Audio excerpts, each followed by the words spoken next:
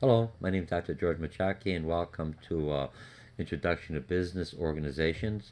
You're either taking me in an online class or a face-to-face class, and this will be a supplemental review after you've read the material. Utilized Connect Learn Smart software that's part of this learning, what do you call it, platform. You also will have access to the a student's PowerPoint and access to my mind maps. Remember, you read it, put your notes in, look at the mind maps, add on to it. We discuss it in our forums or we discuss it in our lectures, and then you take that information. Now you're looking at it. You could slow me down. You could turn my volume off, turn my voice off, and then just look at as I go to the different stages. You with your mind maps add on to it or see what you put into it. The whole thing is, remember, when you're using my mind maps or any instructor's mind maps, or even you're creating your own mind maps, you just need the key items, the meat of what you're trying to think of, not all the ands and buts, so you could easier to recall. You already read it, you already know it. It's just like a trigger. Oh yeah, I saw something. Like you're driving. Look, when you're driving by and you see the bullseye, you know it's a Target store. If you see the McDonald's, you know the M, the golden arches, and I'm trying to sell one or the other. You see that you're oh man, I want a hamburger. Would you go there, Burger King or Wendy's? Irrelevant, but it's something triggers. And the same thing with the concept maps. It's not full things. Remember, if you look at these conceptual maps, right now we have about an hour. I'm trying to keep it in an hour. Same like I would in a lecture, just in case you miss something. But the conceptual maps, this is 60 slides here, and you could have it right away. So take it, even with me speaking and you repeating it or you writing it, the more sentences you utilize, the better you are. All right, so you're either taking me, I teach at two community colleges. If you find me on YouTube, try to look me up. It's Dr. George Mochocki. I teach at the College of Lake County, it's in Lake County, Illinois. Call in and see what classes I could take, from online or face to face. Or I also teach at Harbor College, it's also another community college in Cook County, similar material. So look me up there. I teach a variety of different classes, both of the schools. Look me up. I'm a contractor trying to pay off my student loans. So take me for more classes. You're helping not only myself, you're learning, and you're getting a good price, a good bang for your money. All right, so let's go into this. Now, this one here is a series of the book. Remember, doing organizational intro to business or business organization, small or large. Now, last chapter we had managers, entrepreneurs, risk taking, self motivated. Now we're going to talk about leadership, and leadership is the same qualities as you would as an entrepreneur. You have to be self-motivated. You have to be this. A lot of times in the classroom, I'll be talking or even online with the students, and they'll be talking. And I said, "Why don't you turn the homework?" I was going to turn it in, but Sally or Jack says, "I, had to turn it in," and I don't want to feel, I said, "Okay." So what happened right there? That tells me you're not a leader, but you're a follower. Because if you feel, remember, if you're not sure about turning in the homework, or should I do the homework, same thing with a customer or your manager or your employees that you're going to be leading. Give it to them anyway. If in doubt, give it to them. You know what I mean? If I'm not sure, I turn it in. And sometimes if I wasn't sure, but I turn it in, I'll give you some extra points. And most instructors, that shows initiative and above and beyond. That's what you're looking for in a leader.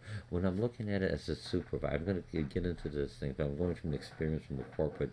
You're trying to move up to the next level. Some of you have already been moved up as team leaders, or you are project leaders, because I teach this in the daytime or nighttime or online class, and you already have some leadership position, but now you want to go up to the managerial position. First line supervisor.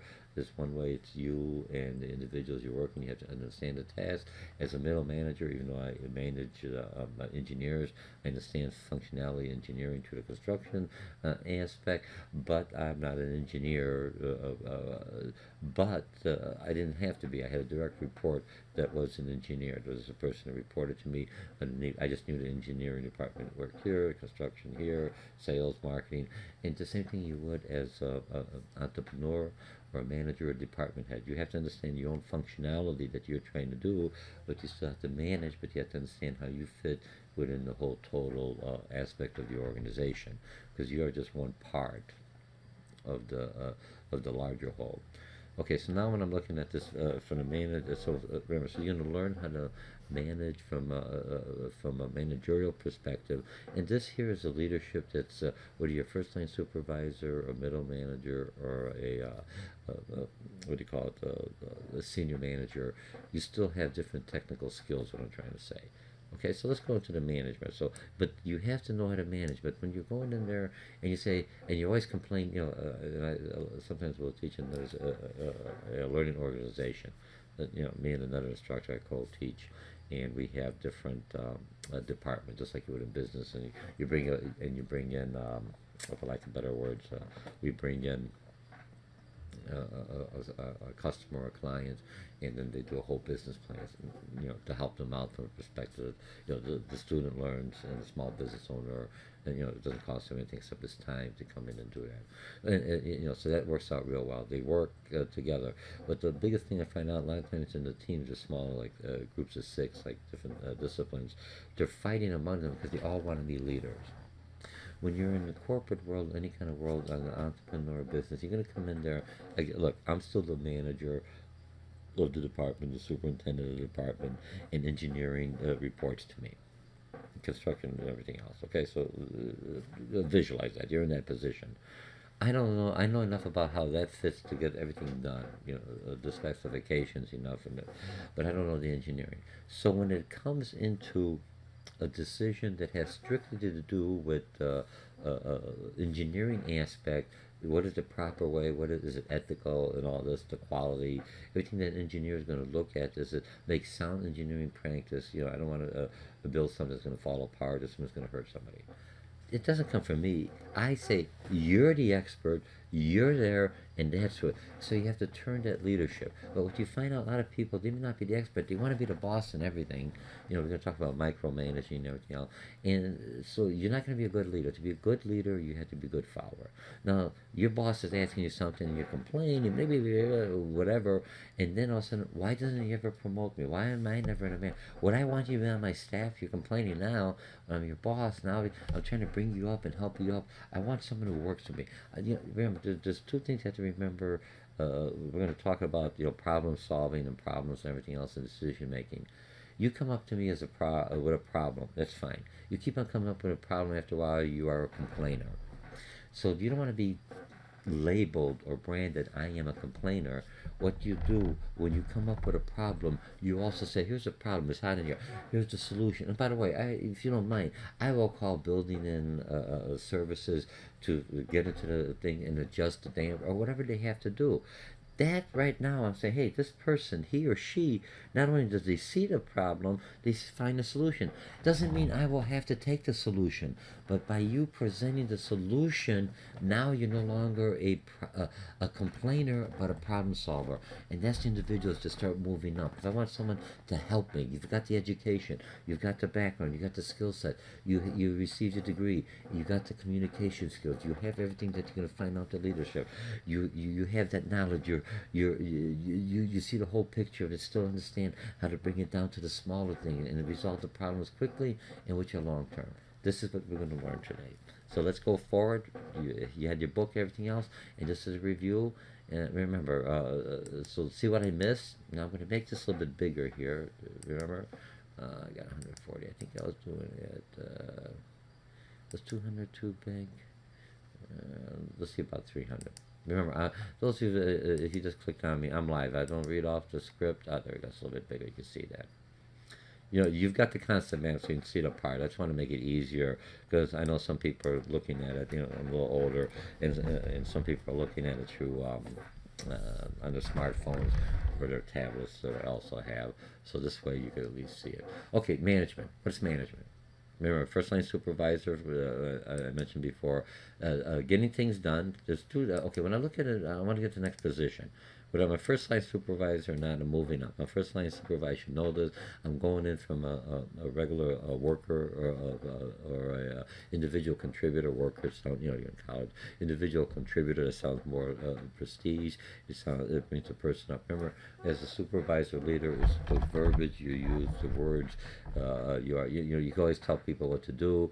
But it's nicer if you treat them with respect. They'll treat you back with respect, and you start building that relationship that you're looking at within business. So management is getting things done, utilizing organizational behavior, time, and everything else, equipment, motivating people, empowerment. So let's go resources. People are resources. Equipment costs me dollars. Just because everyone wants a car, and they're only using it, because they're engineers or sales, and you're only using it half a day, it doesn't make sense that I got half my fleet is only utilized 50% of the time. That's not good economics, is it? Remember, we had chapter 1. I keep on bringing it back. And Mike, remember, we're looking at this whole class, this 20 chapters. I keep on putting all the aspects in there so you see how the whole total the parts fit, because that's what you have to do as a leader. So that costs me money. I'm always saving money. I will have one car in reserve. Don't get so tight where you only have one breaks down and it throws up the whole system. If you have in an area where you have a high theft or high accident probability, then have 2 cars. But I don't have to have 2 for 1. Reduce the number. Use your common sense, because you're paying for it. You may not be a car. You could do it also inspections, everything else. Okay, motivation through your leadership and through your directions, and empowerment is reduce management ranks. When I empower employees, and that's part of the job descriptions, because people don't want to be told all the time. Even in the military, they have some understanding. Here's the mission. And if the whole thing in the military is to take out the leadership. You take out the leadership, they don't know where to go. Different. But like ants, they don't need the leadership. They still form. They work together. So what will happen is everyone knows the mission. So I'm empowered. Something happens to the leadership, or he or she is someplace else. I know exactly how to respond. I've been informed because I trust my leader, and my leader trusts me, and that's the relationship. That's what And I'm talking about. Your life depends on that. And now in the business, the same mentality, the same conceptual idea, because the life depends on you having a job. The life depends on the organization that they can sell their products and services, because if you are wasting time and resources, your cost, your expenses goes up, and my profitability, customer my profitability, but I can't raise my prices because of my competitors are controlling it. And I don't want to be, don't nickel dime it. People are people, but use common sense, rational thinking, what makes sense, and so you find that balance. Okay, today's managers are younger, more progressive, growing number of women. Women, you're in there. I teach at one of the schools. I teach a leadership series, and more women. When you look at it now, people have to think Donald Trump or Hillary Clinton. I'm not saying they're going to be up in the front runners. They've got their ups and downs. I'm just saying, to contrast the two. When you look at them, 2 different styles. One's a little bit more abrasive, a little more team building. One's a little more just want to hurt the feelings. One's right out to hurt the feelings. So you're looking at there's a difference of style. But when you look at overall with the style, how one gets things to motivate and one thinks, as long as they had the same conceptual idea and they focus and everything else, they just come in a different way. Both of them, just because I'm one more of a authoritarian and one more of a participative democratic, I'm just throwing that in, or a business model type of thinking, just because I'm a man or I'm a woman, generalizing. Don't come back and say Dr. George, stereotyping. I'm a business person. I'm generalizing, and there are certain skills, certain attributes that men and women have more than others. But overall, they both should have the same. But when you look at the research and everything else, we found out, even though they're different styles, they still could come out the same outcome. There's some different. You just get adjustment to one and the other, but they're both just as effective. They just come across a different way. Okay, so more women coming in there, and women just have to step up to the plate and take that lead position and not wait till someone comes. Because you see men coming up there and say, well, they've got more confidence. Not confidence, they're just, well, what the heck, what do I got to lose, what I mean? And women are thinking, well, I'm going to make the timing right. And you both should think of that too, okay? Fewer from the elite universities, because I went down to earth people to do emphasis on teams and team building. Managers need to be skilled at what? Communication and team building. Number for one. You know, you have to. And then when I go to thumbs up, now look, remember, those of you, because I was teaching international business, and when you go thumbs up, in some cultures, thumbs up may mean up yours. I don't mean that, please, forgive me. It means okay, it's okay here in the U.S. Remember, and again, that could be a cultural difference. That's your communication style and your team. I'm just bringing that up. You know, I mean, just like okay has different meaning. You know, what does it mean okay in different cultures? Look it up. That's how you do the research. That's why I hire people from college. That's where you're going. Now, the four functions of any management supervisor: I have to know how to plan, I have to know how to organize, and I have to know how to controlling. I'm not talking about micro controlling. If I'm not planning my day every day, and you're working for me, middle manager, or whatever, and I want you to the next one, I'm not organized. Stuff is all over. I don't say, yeah, I'll do whatever they say. I go along with the team. I don't have any controls, which means poor quality or something else. Would I take, and you can't do that for one person yourself, and I'm looking at this person, I'm going to give him or her a team of five, and they have to control those five individuals, and they control 50. As you move up, you have more direct, you've got direct reports, you have more responsibility, accountability. No way. Because my name's on there. Because if I'm saying he's a good person or she's a good person, and it's part of the job of leadership to help the people up, and you're like, there goes the Mochocki, George Mochocki, my goodness, what the heck? He doesn't have character at all. Remember, and mine is when you get up. Hopefully, you help me. Maybe not, but legally, ethically, you'll say, George. A lot of people that worked for me, I ended up working for them, and they were still moving up, which is fine. But that is good.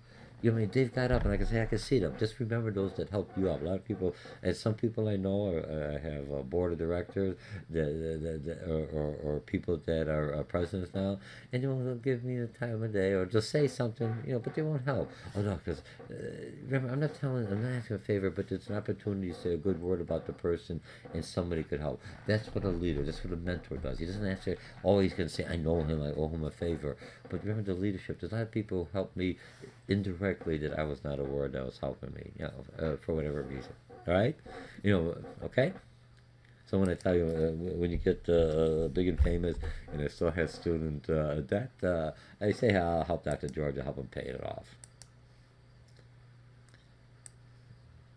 Okay, now look at leadership, and look at even the leadership in the middle company. A lot of times they would, you got to look at integrity. I stick up for my people. I think you don't get where you're at. I get people to do things. I get where I am at is not what I did, is what the team did, and I have to defend that team. And sometimes defending the team politically may hurt you one way or the other, but that's. But you have to look at your ethics and your morals. It's just how I am, and so it works out well. But so when you're looking at it the same way, you have to be ethical and fair, and not that they like me. Don't look at that like me stuff. Is do they respect me, and am I consistent? And you see sometimes people rate my response what Dr. George does, something like this, and maybe they didn't do well on the exam, maybe they didn't do their homework, and I will not treat them just because they didn't do it. Doesn't mean you're going to get a grade. Here, remember, your grade is an academic currency. I will pay you. I will reward you. I give extra homework. I do extra things. You don't have to do them. Why do I do that? It's because I want to motivate you. My job as a leader is not to fire you, or my job as an instructor is not to fail you. My job as an instructor is to motivate you to love the thing. Remember, marketing. I'm a double major in marketing management. I could tell you to do this. Here's it. No problem. Here's a grade. But if I could tell you this is the way to do it, and you motivate the individual, you have more, not just compliance. People actually go above and beyond because they like you and they want to help you in that respect because you're honest and fair. And remember, if I want to be everyone to like me, I'll never make them do anything they don't want to do. That's the difference between leadership and management versus a friendship. I still have friends. I still have relationship, and other friends may go,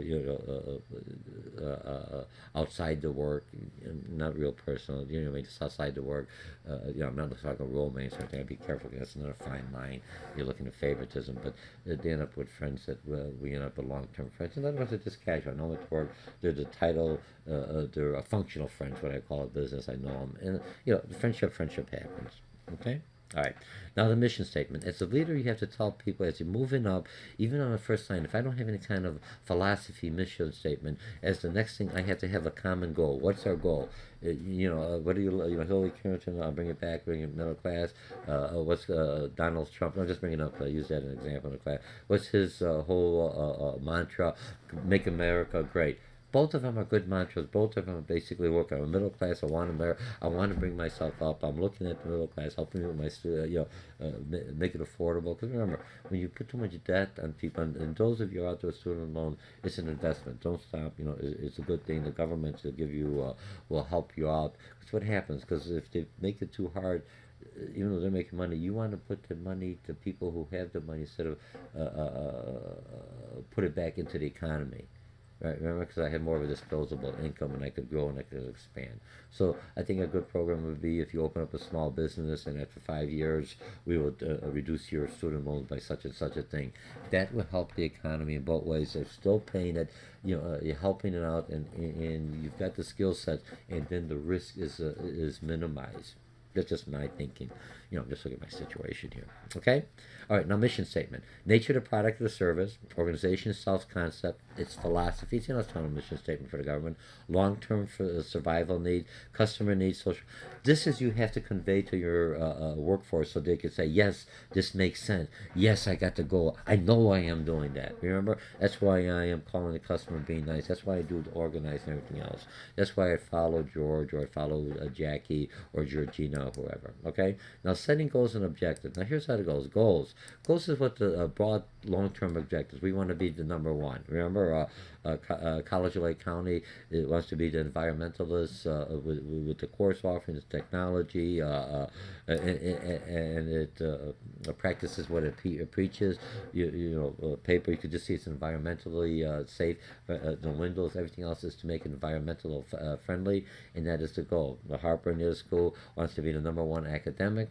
I'm not saying the College of Lake County, but political academic, but they stress more on having PhDs more on professional growth, that it grows and the culture is looking at expanding and being the number one in the college, because as they expand more for online classes, you could take online classes from all over if you have a good academic. But both schools have that, from the marketing perspective, that signature. One's environmentally safe, the other one's an academic prospect or a theme. That could change depending on the board of directors and the president of the organization. But usually they try to keep consistency because they keep it going. You spend a lot of time and investment in building up a brand. Okay, so objectives. So goals are broad, whistleblowing from the top down. Top of man, you do this, customers know themselves, retention, everything else. Objectives, short-term statements dealing how to achieve organization. That's middle management's first line. Here's how we get it done. Here's my objective. I could do it in 6 months, but I have to do it every day, so many days, which we call a priority, and you set that time frame. Oil my chair to make a little noise. Okay, now part of managers, when I look at things, I look at the SWOT analysis. And for my paper, you'll be doing the SWOT. Every decision I make, I look at the strength of the decision, I look at the weakness of the decision, I look at the opportunity, or the situation, or what's going on at that time, and I'm looking at the threats, not only to the employees, to myself always, the self-nature, but also to the organization, to the name, to the brand, or to my customer base, to my stockholders, or to my shareholders. So shareholders are always number one, right? It's a business class, and then it goes down in that order. Like it or not, they're paying the fee on that. Even social responsible and customer focus, you have to look at your shareholders because they're the ones that they hired. I'm working for them. Okay? Now, forms of planning. So it's the SWOT. So, now like strengths and weaknesses are something I can control. Opportunities and threats are from the outside of the environment. I could see them. It could be an opportunity. It could be a threat. Or, so I have to take actions as what they call risk management. It's an opportunity. How do I get in there to either increase the department's exposure, increase my exposure, increase my promotability, or promote the don't think like that with your boss. Or he said, I'm here to help the department to get promoted. You're a leader. But in your mind, you're thinking, this is going to be good for me. It's going to help my career. All right? Come on. Class. This is realistic. But now you have the theory. Remember, when I talk about that, I think there's a section here on political, and I'll throw that in. Watch what you say. Politically, you could say the wrong things, and you're out like that. Come on. I mean, I know a lot of things go in there, but you can't say nothing. Then you're a wallflower. You're out like that. I don't want a wallflower. You look pretty. Oh, okay, fine. I can get a picture. You know what I mean? But what I really want is a person that will challenge me, not disrespectfully, leader. Same thing with people working for me, but come up with ideas so I could say, man, that makes sense, and always improve the organization. As it improves, I go up the organization, or my business or my structure expands. I can take those people who help me get up there because I could trust them and I have to watch my back. And when I say watch my back, that's going to stab me because some people always want to move ahead, and that their personality, their traits comes out real quickly. A good leader could pick that up, but utilize that person. He has energy. If directed and controlled, you could use. That's what a manager does. He knows how to deal with different people, even those that are not as motivated. How to motivate them a little bit, and those that are overachievers. I know I want to move them up. Fine, use them to my advantage. And now that I have them, or some people don't like me, also use them as an advantage, as a good leader, not only to me but for the department. That they it minimize the threat towards me. Okay? Okay, now, so we got that, the SWOT. You're always thinking, every decision I make, anything I do is always a SWOT analysis. Okay, now, and you're always looking at your employees, what's their strengths and weakness, the department, or the action, or policy. So you put that in there. Now, forms of planning. You're going to have different types of forms. Strategic, it's going from the top down. Like I could do it that way. Strategic, tactical, operational, and contingency is what the heck doesn't work well. What's our catch-all? Okay? So strategic planning is done by top management. It determines the major goals. Let me do it this way, guys. This way. Let me go. Like that'd be a little easier. Determines the major goals and resources. Remember, you're live. I just correct this as I'm going. Strategic planning done by top management determines the major goals of an organization and the policies, the procedure, the strategy, and resources it will need to see them. If I was doing this in a concept map and I just had this done by management, just go top management, major goals, policy, procedures, and resources. That's it. I put this more for it easier. Remember, I just throw that in every now and then. Okay, tactical planning is developing detailed short-term. Remember, this is top coming down. What is to be done and who's going to be doing it, what department or what class of workers. Operational planner sets the work standards, what's the quality or the time limit, schedules necessary. I need this done by here because I need another plan that builds on something else or a process. And company's tactical objectives. Now, contingency planning is preparing alternative courses if the primary plans don't work out. A course of action. What the heck do we do now? It's just like run like heck or whatever. It's a contingency plan. It's you don't want to start the whole process. Usually contingency plans from a good leadership perspective. Those who have done planning and everything else. This is our first action. Number one, planning. But let's take alternative two in case something doesn't work. I don't have to put the whole alternative two, but I could use certain aspects of alternative two. You know what I mean? So here's how I'm going to dress up and everything else. And also I put on too much weight. I always get in that. Coming into the winter. Geez, what's alternative? I gotta get the shirt on, tie it on. Let's just find another pair of pants. And maybe have a little more breathing area. Okay? All right, class. Okay, so now here's the rational decision-making model that the author talked about. And that we talked about that, and you saw this in psychology management. Okay, choose among two different alternatives. That's the dilemma you're in. You're at the world. Which way do you go? Now, some people, if I go right, it's always wrong. So I had one person tell me, and then he put the wrong things, and I got that on my mind. He said, if you're thinking go right, George, go left. He says, do the opposite. It works very well. But a lot of times after a while, you have that intuitive inside of you. And how do you know if you've made the wrong decision? A lot of times your spirit, or your intuition, it tells you it's just not right. It's not right. Make the corrective action. Make the U-turn come around. Or find something else to justify which way. If you're in the middle, if you go the right way and you don't have any kind of bad feelings or anything else, that's the right decision. Doesn't mean it's going to work out for you because you got environmental sources. But it's the right decision that you could handle and you could live with because you could justify your course of action. Now, as a leader, and we're going to talk about empowerment, you have to be able to, when I make a decision this way, people working for me or people that know me know this is why I made the decision. I can say, I took a guess. No, I made it for this rational decision. And then also I have the intuitive portion in here. Intuition just gives me like a guiding system. I'm going the right way. Remember, your GPS is like an intuitive. You could go different ways, but it keeps on bringing you back to where it should be. So it's just like red flags or signals along the way. So utilize both. But I explain how I make a decision to people working for me or under you. So this way when I'm not here, or they can understand, I understand. They may not agree with the way I make it. They may not agree with the decision, but they understand what factors I take into consideration to make that decision. Sometimes they manipulate me in that, but I mean, are you okay? That's how they're empowered and they know how to make the correct decision, and I can make more higher level decisions or work on my work, and they feel more. When you look at Maslow, we're going to talk down the road of motivation, and Herzberger, what they're going to find out is that now they believe, hey, I control. George trusts me.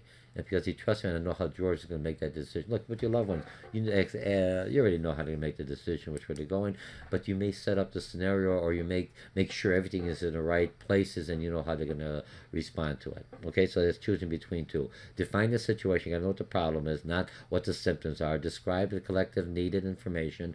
Develop different alternatives. You're brainstorming or talking with other people or by yourself, and then just tossing it back and forth.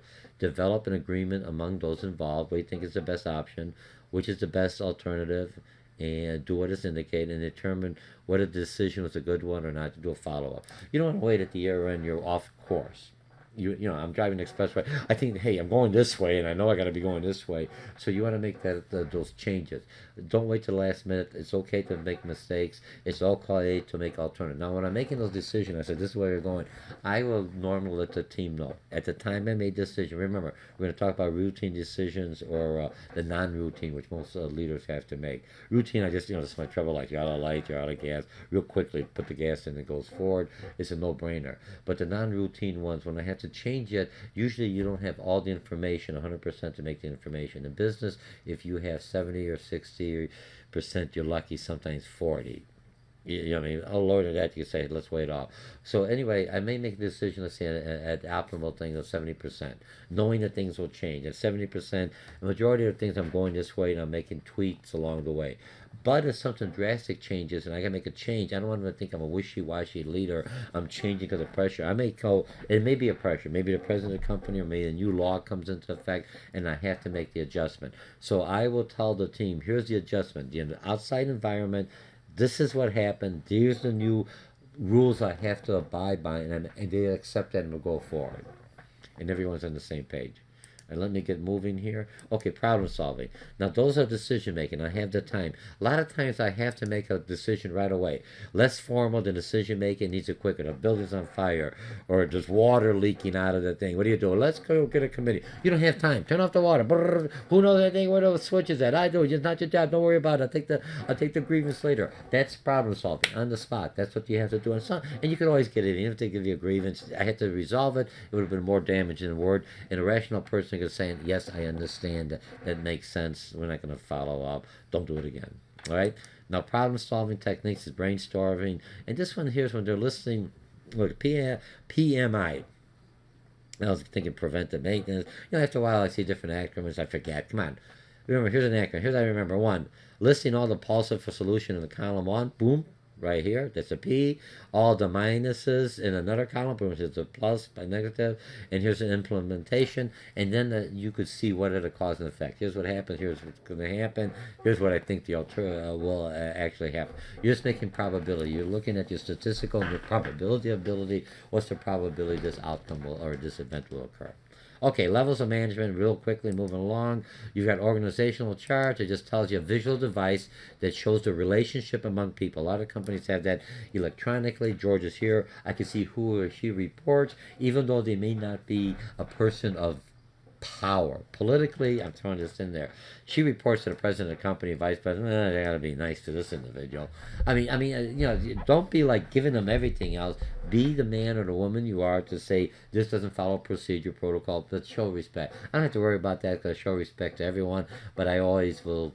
If it's not right, I bring it up, and that sometimes hurts individuals, okay? Or people take it the wrong way. Okay, so a visual device shows relationship. I'm just saying, because we know different characters. Remember, you're at the leadership. You're the one, the person that's is going to take the risk. You're the person that's going to say what it is, and some people don't like that. Some people want the type of leader that want to say, yes, person, yes, ma'am, or yes, sir, whatever you want. And if that's your style, then you're in the right culture. But most leaders, they want that individual that will follow, agree. They can't convince me to go to a course of action, but I'm taking this course of action, and the people under me says, okay, I couldn't convince the team or everyone else, and now I'll be part of the solution according to this. And not to say, I told you so. That's not what you do as a leader. You follow along and go forward.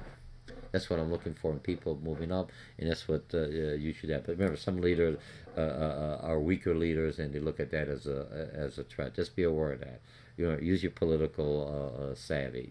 I'm a little older. I'm an older. My age is already at my age who I am. Maybe so I may be a little more outspoken, but I speak for people, not only for myself. A lot of times I speak for the whole certain class that are looking for certain things and going. I don't want to stifle myself. But a good leader should always stand for his people first. Remember, that's what you're looking for. It's not what I did. Is how I'm standing for the team. I'm still respectful for the organization that I belong to, but giving that strength. Okay. Now the top management, so that's the organization. Who reports to who? Top management looks at the larger plans, consistent with the president and other key companies who develop strategic plans at the top. Look at the other types of plans. You got different levels, and I'll just throw these in because a lot of people in there, you could read them, chief financial officer, and they're all at the senior levels. You could have the president of company, information officer. You could be the person who gets the right information to the right people so decisions can be made. You could be in charge of IT. You could be in charge of public relationship. Yeah, it depends on the different functionalities that fall underneath that. And how would I find that out? Let's see. Where would I find an organizational chart? You can see their duties and who they report and how they report in the structure. Every structure may have all of them, but they may have different levels of accountability and responsibility. I'm trying to make it happy here, okay? An executive chief officer. Okay, now middle manager. So the top is smaller. Middle manager, general managers, division managers, branches. And this makes this thing real long. Let me just kind of cut it real quickly. A few more seconds, not going to hurt you. Come on, class, right? Paste. All right.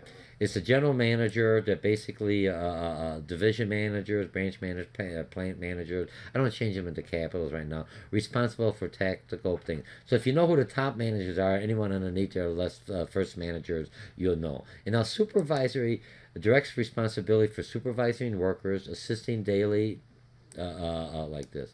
Daily work, directly responsible supervising workers, and evaluating daily performance. I think the hardest job is this position because you have one leg into with the guys or the gals because you came out of that functionality or that work for it, and you're the other leg in the first line supervisor. So you got to please or get them to working with you, motivate them, and you're managing them, but you also have to know how to respond to your next level manager that you report to. So you have you're a manager, like it or not, you're managing them, but you want to have that relationship building. So when something comes up with policies, you have to convince them. Your boss says, I tell your workers to do that. You're the one who has to put the good spin on it. But don't ever tell your employees that are working for you saying, well, that's what George told me. You could use me every now and then for something that you can't really control, but not always, because then you're becoming you're one of them. And I'm not saying you should be, but remember, you want to respect them and say, here's the company policy. Your job is to tell them this is the best alternative. Okay? All right, so let me turn that off. Okay, so certain traits. Supportive in education you got to support. When you look at male or female, both you have to support the team, and you have to be educated and make sure your team is educated. And a lot of times they're looking at, and education doesn't mean you're smarter. You just understand different things, how it works, and why it should be doing this way, because research is showing you that. And it's giving you another way of looking at things you might have found it by trial and error, but somebody else has already did it, or areas which you should avoid. Okay, managerial skills you need. Remember, technical skills, I need them more as first line supervisors, marketing, accounting, human relationships as I'm going up, how am I dealing with people, how am I dealing with individual teams while I'm not a team leader, makes it if I'm going to ask you to work with teams and move you up with other managers. Enable managers to work. Let me move this over here a little bit and shorten this up. I'm just looking for a visual here so it's easier so you see the whole thing. Remember, I want you to keep this as a picture in your mind. My little face is in there. Always, I think, in here. Enables managers work through and with people. That's human relations, not the HR. Most HR representatives, if you take them for HR, have very people skills, both in management and different types of employees, working from manufacturing to an office, to level managers, or to salaried employees. Skills that involve. Oh, here we go. Skills that involve communication, motivation, enables managers to work through people, coaching, leadership, and morale building. Everything a leader needs. And then the last is, so as you're moving up, now the conceptual skills, you need them here, you need them here. Here you have to show this next level of management. You're going from a supervisor to middle, that you have longer term conceptual skills, ability to picture organization as a whole and the relationship among its various parts. Okay, oops, I better move along here. How much more we have? Ooh, we got a lot here. Not that bad. Okay, let's look at staffing. There's a different way of staffing. Part of staffing is recruiting. Make sure you have the right individuals. Always open up so you can stop it and write it in. Because some people do it. I talk quickly, and I try to slow down here. This is middle day. I'm recording today. A lot of times I record at nighttime because I'm, those who know me, I'm very hyper, not nervous. I've been teaching for 25 years plus. I get excited about the subject matter. I want to excite you. Because look, we all want to be a leader. You may not be ready now, but you should be prepared in case that opportunity comes. And because no matter if you ever want to move it down in any organization, you have to be able to manage somebody at one time on your resume. Or you're never going to go up. You're going to become, and even if as the higher you go up, there's less people you're managing. You have depending on your staff, has more people. Your direct reports manage so many, but you still have to know how to deal with people with a team. Okay. Then as you understand how to deal with people, you understand how the issues they have for your direct reports, and that helps you because now you had the conceptual, you understand different aspects. That's what you're trying to do. So now when I'm looking at staffing, I'm looking at the people not willing to work at companies, staffing to best people, objectives. Unless they're treated fairly and at all levels. You want them to treat, if you messed up, say, hey, I messed up, sorry, how can I make it up? I won't do it again, or something. If you got to give them coffee or cake or something, now, come on. It doesn't have to be a lot of money. It's the gesture that counts. When you look at the motivation, it's that they feel that they're rewarded and you care about them and you understand them and you're apologizing. You're treating them as an equal. Even though you're a supervisor, your manager, I'm still treating them as an individual. Okay?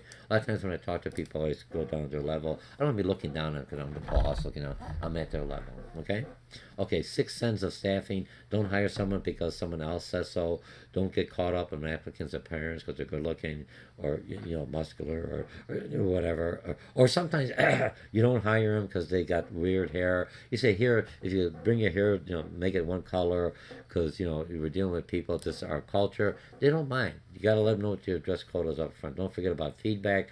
Don't give promotion just because it's time to promote them. Don't cheat on your employees. And here's Career Builder. These are the ones that 6 cents, okay, for staffing. So we'll turn this one off. And now let's look at leadership. If I look at leaders must establish corporate values, communicate the visions we talked about, rally others around them, embrace for change, stress accountability and responsibility, promote corporate ethics and transparency. The presentation of the company's fact. Look, sometimes you can't tell them everything. You're the middle manager. You have to know when to keep your mouth shut. But if you say, what about this? I says, I can't discuss it now. You know what I mean? Because it could affect, the company going to be shrinking. You want to look at Inside Trader. We talked about outside giving information because it may change, but you're looking at reorganizing, or they may be buying another, merging. You may be promotion, but you can't say something like that. You may be on a reorganization. But, if you have the ability, you don't want to make any lies. Yes, the company's thinking about it. And top management should be letting some of that down, saying, we are looking at reorganization. We don't know how it's going to be at. We're looking. We have several different options.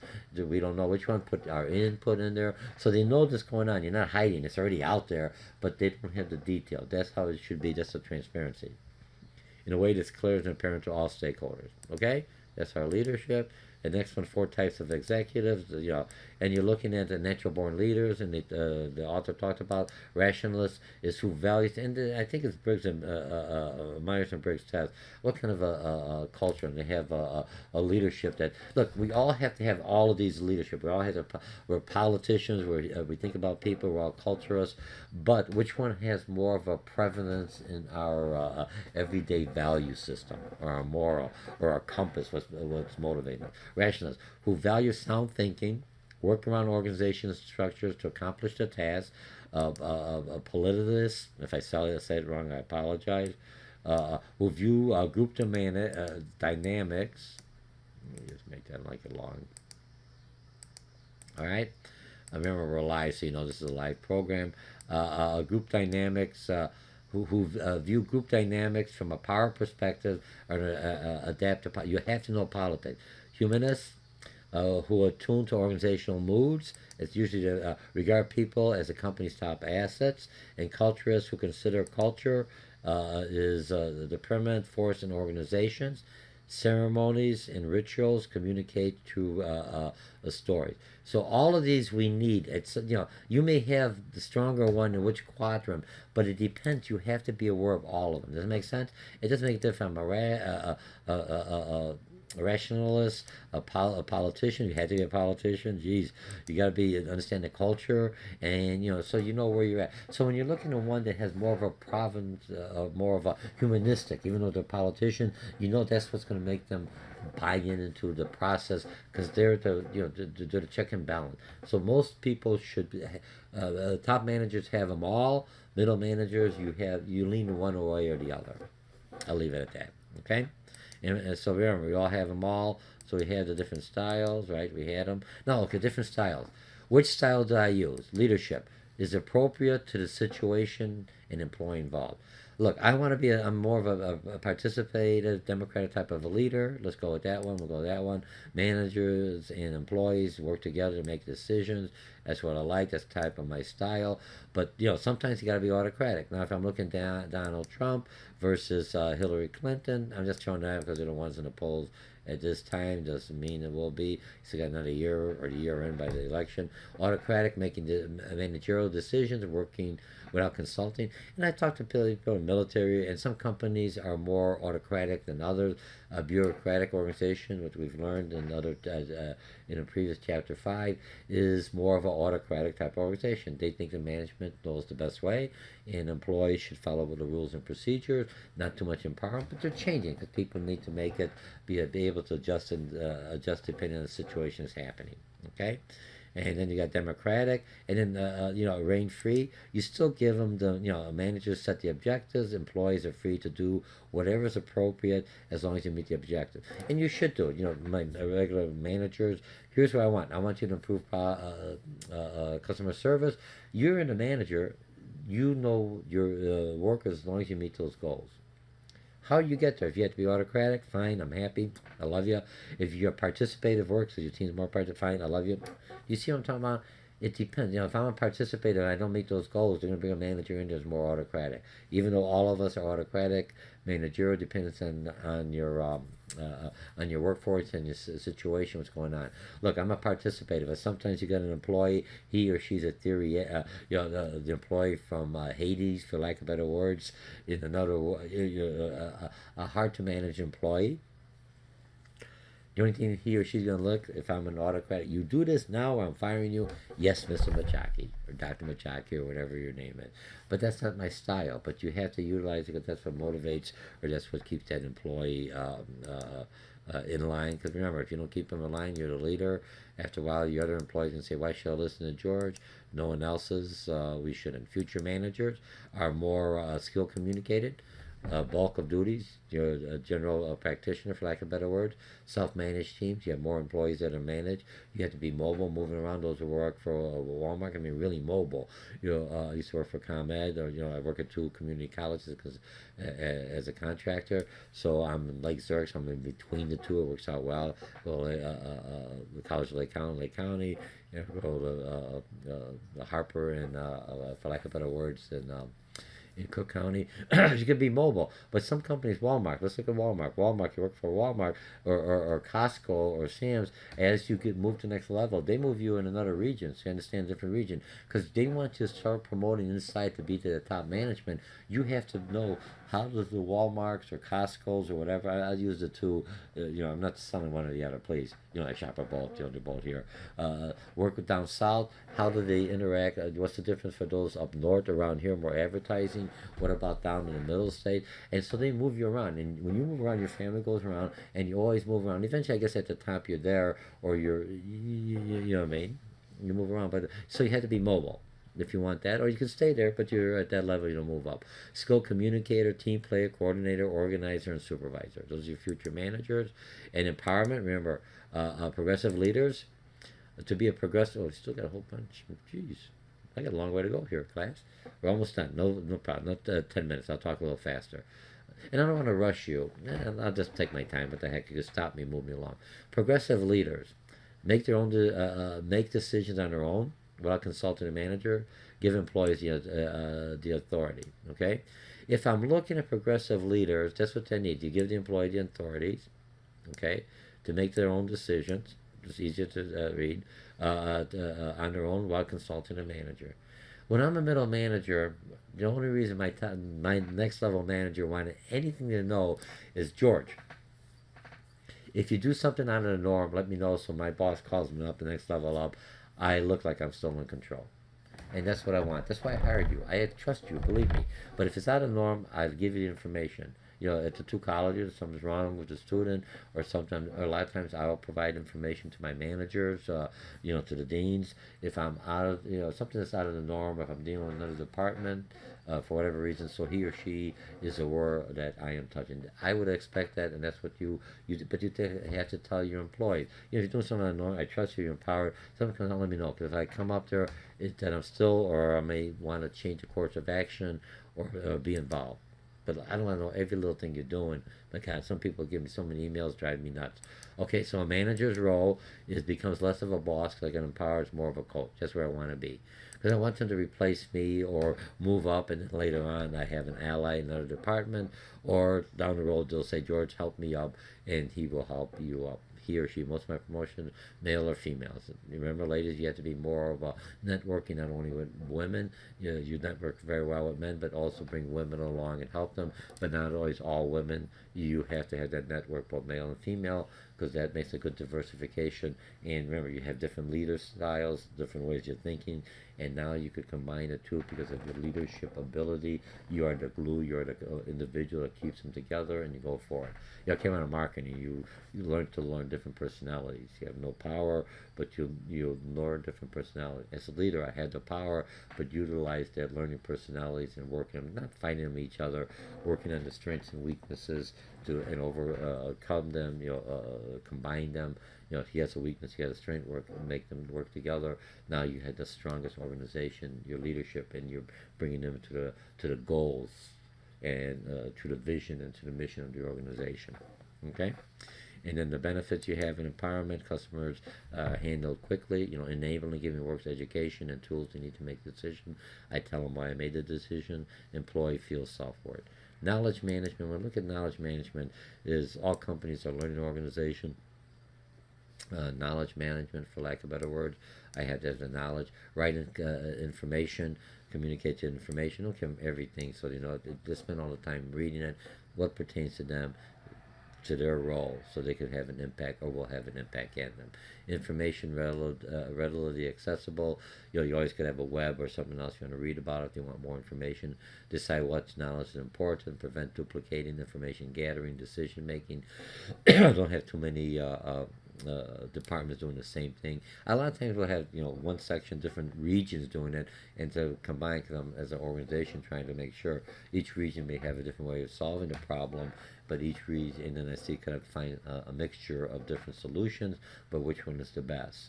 But now each region, so that gives me a good way to see the whole picture as an organization. I'll take a little bit of everything and build around it. And then how to process info knowledge for everyone, and what knowledge you need. And a lot of IT information or chief information officer will have different. You'll have different levels for different availability of the information depending on your status that you need. Try to keep the people from reinventing the wheel. When I say don't reinvent the same thing over, we just did research. From a manager, I don't want to reinvent the wheel. If the wheel is working right, somebody made it, I use that wheel. What I want to do as a leader is make the wheel better. If you look at a bike, I went from fat wheels, skinny wheels, now not back to real fat wheel. So people are better for the backs and everything else. You find the real big fat wheels, tires, and that's it used to be. People look at you a little dorky, driving around like that. That's the style, but it's not the dorky hand. The handlines are comfortable. This is with the new modern look, but and the tires are a lot bigger, so you can bump them. I think you can probably, if you go fast enough, I wonder if you could go and tread on top of water. Got a lot of air there. I'm trying to bring you up. Okay, now 5 steps of controlling. If I'm looking at controlling, here's the controlling. and they'll talk about controlling. Here's the 5 step, right? Establish clear, and I'll use the graph, even though I had the 5 steps just in case you don't print it out and you're doing it, so you know it. Okay, here's the graph. Establish clear standards. First thing, you got to know what's right or wrong. Monitor and record. You tell them, here's how I'm going to record the standards. I'm monitoring. You can't modify them. Everyone puts them in. You know, once you turn in your timesheet, I'm looking at the timesheet. If it took longer, you should put the timesheet in. You know, how much time you're spending on one category, how much are you doing makeup time or redo time. All those allows me to hold or not only you, but the department or the project or the process or that job that's going on.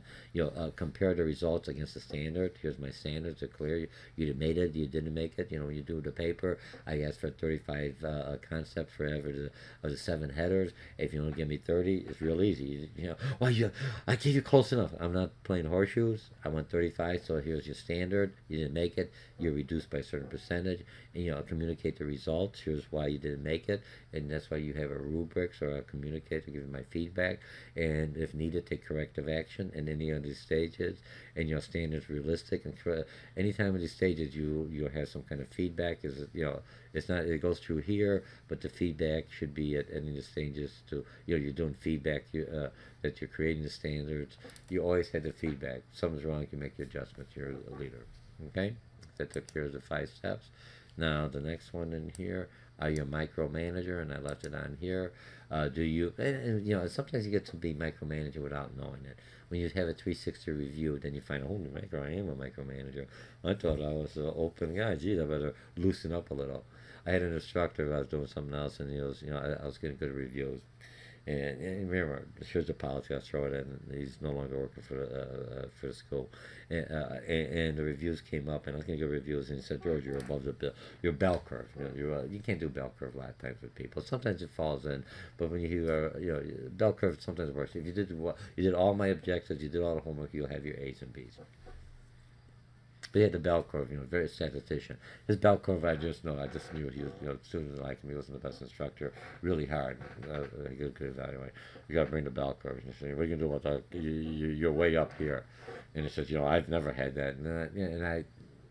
The wit, I basically came out, maybe I'm a better instructor than you are. Kiss of death. I just say he was never. He still worked with me and everything else, but remember the politics. One word of wrong input, no problem. You know, I still respect the person. He was a good person, but you know, I just said maybe I was a better instructor than you are. You know, that's why my bell curve. You know, I teach better. And when you really look at it, that's what you have to look at it from an individual. You know, just because they're looking, how are they getting it? You know, don't be jealous. They're doing well. How do I take that spirit and momentum? It's not that you're looking at a darn bell curve. Jeez, you know, bell statistics of control, too much control. Am I improving satisfaction? Am I changing lives? Am I educating? Are people being able to improving customer satisfaction? Is, you know, even quality control. Are the standards up to beer? If I got a high standard and they can't control how the outcome changes, the standards are useless. Remember, so you have to understand, how do I control it? My aspect that helps the ultimate strategic goals of management. That's a good leader. That's when you have to look at it. So don't micromanage. Your reports. Hey, how do we change this? Jeez, my goodness, I'm going to be out of here. You're going to find another manager. It's going to be more autocratic. Your people, the people working for you, if you're open-minded, they will give you more suggestions. I'm going to do it this way. George, you spend all your money. You just give us this tool here, and your numbers will improve. And I'm not paying, you know, not deceptive. They're doing ethically. They're working with it. They know it. And here's the company that you get. I get Chief Financial Officer, I think the name of the company. All right? So we took care of that. We're almost done. How do I measure success? Here's how you measure success. Traditional forms of measures, financial, still looking at it.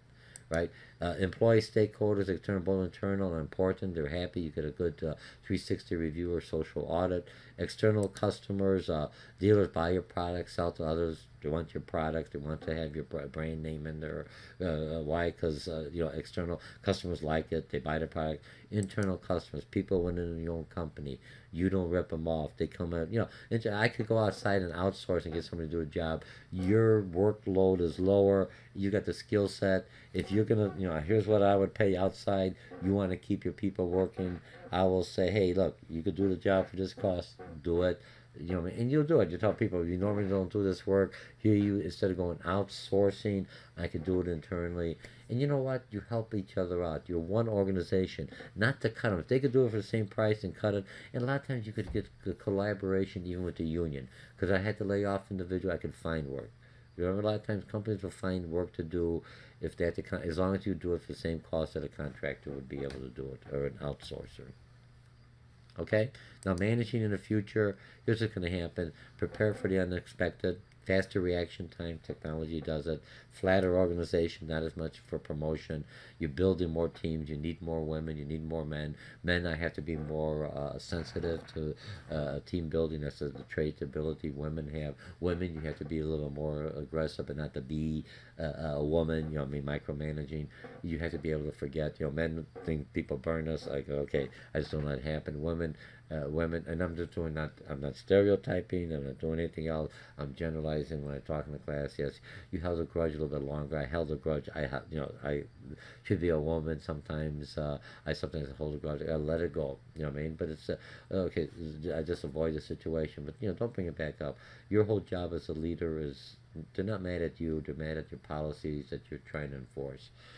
If your job is to lead, not to fire them, get rid of them, or stifle them, your job is to change their behavior.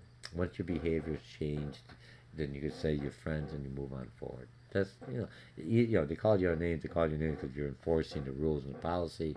If they're that bad, you should bring it up to the next level. You know, not say I can't do it because of this. Let's look at the policy. And the next level should say, you know, we got to look at this. How do I bring the morale? If the morale goes down because you want to reduce people, that's fine. They're going to leave. But if the morale is down, then the people don't have that enthusiasm to, when they're dealing with the clients or other people. Okay? So build teams, build teaming. You need the two together. Okay? And ladies, always make sure you bring the women up also. Those women up there, don't be, let her get on their own. Guys will help. Remember, through the whole thing, I help them up as they go up. They may pull me up, or sometimes when they're up, just a good ally.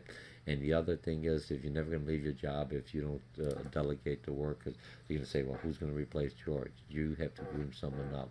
And sometimes you could help people without saying, hey, I'm helping you. You do it behind the scenes, help them up because that's the right thing to do. Because you're not doing it for your own, to help you out. You know, they owe you anything else. You're doing it because it's the right thing for the organization. It's the right thing to do to help the employee. It's the right thing for the leader. That's why people respect you because they know indirectly that George helped them up. You know, a lot of times I go up with, well, you go, yeah, he never liked me. And they go, that's kind of strange. He may not like you, but he always defended you behind the scenes. He or she always defended you. She always did the right things about you.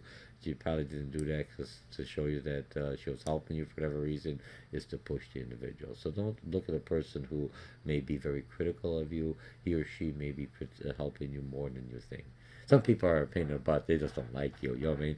But a lot of times those individuals don't like anybody. So I don't take it too hard because, you know, they treat everyone the same way. All right? Okay, so develop cultural sensitivity. A lot of times I may, like when I did with the thumbs up, or a lot of times I may say something or do something or word wrong, and I'll tell people, you know, even though I have an international business background, my doctoral is in international business, I still could, you know, there's a lot of countries, a lot of people, a lot of cultures, you know, even look at China, some of the subcultures, my goodness, the language, you know, there's a common language, but there's all different dialects, meaning different things. You can upset somebody. If I've said somebody, tell me about it. You know, indirectly, George, doing that is upsetting. Or if you that shirt is not only not flattering, but it's a bad omen. You know what I mean? And then that's fine. I could take that. That's what I didn't realize that. I won't worry again. You work fine. I don't want you to feel uncomfortable or something's going to be bad because then all day what's going to happen? You're looking.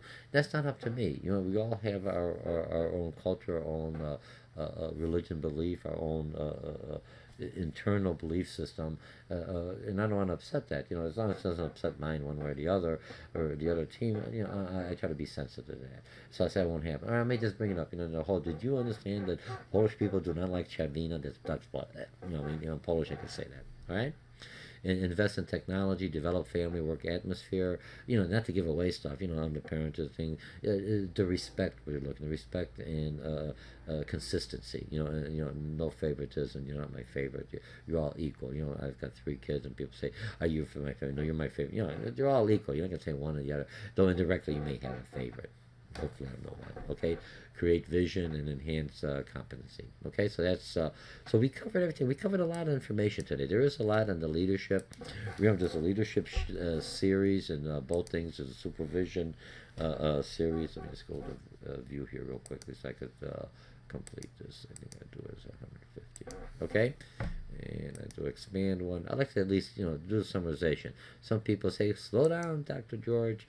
Those of you who take me to class, and they know that I do a lot of things. I talk quickly in the classroom, and sometimes when I do with individuals, they may think it's nervousness. I do not look at nervousness. It's enthusiastic. I keep people awake. I keep them going. I keep on moving. I know, you take me in the nighttime, I slow down a little bit. You take me to morning class, you are definitely awake for the next class. Okay, so we covered a lot of information. Leadership is something. There's no difference between male and female. One has different attributes, and I had to take a lot of times in the class I'll show a video of different leadership going. For lack of better words, that women have to be a little bit more assertive, but not too assertive, and men have to be a little more relationship building. We're always taught don't touch anyone. It's okay. Somebody just passed away. Something happened. Very tragic. To hug the individual. Your hands on top of their shoulders, not on the butt, or any place that's inappropriate. It's okay to say it's okay. That's human nature. We're like robots. Don't touch me. I don't want to get sexual harassment. Guys, come on. Now, ladies, on the flip side, it's okay to hug me. Don't kiss me all over. For goodness sakes, I don't even kiss my wife that much. You know what I mean? It's like, a good hug, a handshake. Hug is all right, and that's you. I understand some people are more, academics are more friendly or more huggy. I don't mind that. I've learned that. But I'm talking more for the business arena. A fair handshake, a little hug. If something happened, show that emotion. All right. So you have a planning, organizing, everything you want to know about managing. This is just general perception as of. When I look at this, if I'm an entrepreneur, small business owner, I am both a first line supervisor, I am a middle manager, and I am top management. I am, so I have the foot. So a lot of times they'll bring consultants or an outside person. And remember, the community colleges has the business development center, different than the SBA, and they have an area that they'll either bring teachers, or they have programs you could come in there. They have an entrepreneur. You can make connections, and they'll help you bring students that are have technical skills, and you're trying to go on there as instructor. We can make that connection. There's job placement. Bring the college of either Lake County or Harper Community College. Hey, you're paying the taxes. These are people you're going to hire. Why not give them some kind of internship? Why not hire them? Even if they're doing something in the job, but they have the technical skills. When the business is slow, they could work on that. They have the experience. You have the experience. That's the leader. So when you're doing all this, with the leadership, you have to know how to manage. So a lot of times you bring someone in like this, so you could say, well, I would like to do it, but I brought this a consultant in, or I brought this educator in, and this is what he says. Let's give it a try. So you have a defect, because it's kind of hard to be a first line. First as a middle manager, I could control it. So remember, different levels. You play all of them. But even as a department head, you are your own department. You're indirectly a small business and working in a different functionality. You have to make sure resource everything you've learned here. You want the next level, show the next level. You're at the follower, or somebody's got the skill set. Follow them. Don't stab them in the back. Don't do the politics. I think there's a whole section on that. All right. So again, my name is Dr. George Mochocki. Look me up. I teach at 2 colleges. Say, hey, what class is Dr. George Mochocki teaching? Try to pay off my student loans. If you take me, you find me on what do you call it, on YouTube. But otherwise, remember, this is just a summarization. Stop me, turn off my voice, look at it. But every senses you use using this map, these are 60 slides. You have it in one format in front of you, and I'll talk to you either in class or a discussion. I think I'm updating this thing so it's current. I'll talk to you later. Bye.